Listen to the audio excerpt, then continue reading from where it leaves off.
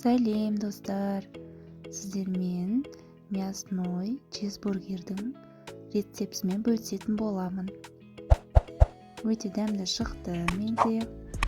Сіздер де жасап көріңіздер. Қазір арасын көрсететін боламын. Арасы өте сочный шықты. Қараңыздар. Міндетті жасап көріңіздер.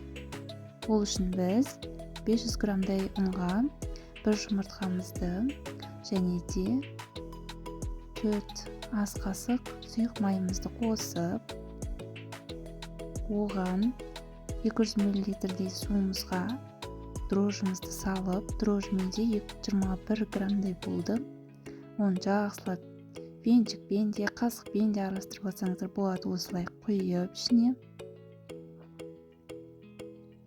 Оған 1 чайна ложка тұзымызды және 2 чайна ложка шекерімізді қосып, жақсылап қамыр илейміз. Міне жұп-жұмсақ қамырымызды илеп 40 минутқа қойып қоямыз. Қызып тұрған табамызға майымызды құйып, оған сиырдың етінен жасалған фаршты салып қуырып аламыз. Сосын тұз бен бұрышымызды салып, дәміне қарай жақсылап қуырып аламыз 5 минуттай. Бұны істеп болғаннан кейін қамырымызды ашыды. Ашқан қамырымызды алып, оны екіге бөліп, жақсылап жайып алатын боламыз.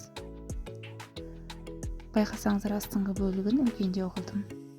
Және де осындай домалақ формамызға пергаментті төсеп, оған мен сұйық май жақтым.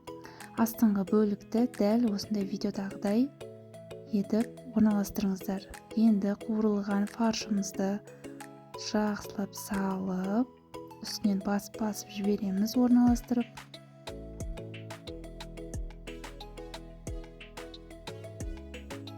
Үстінен кетчуп себеміз. Кетчупымыз осындай көлемде. Онда жақсылап жағып алғаннан кейін ірілеп туралған пиязымызды, домалақ туралған соленый огурцимізді орналастырамыз. Соңына қарай туралған сырымызды қойып, оның үстінен қамырымыздың бөлігін астыңғы бөлікпен осылай өріп шығамыз видеодағыдай.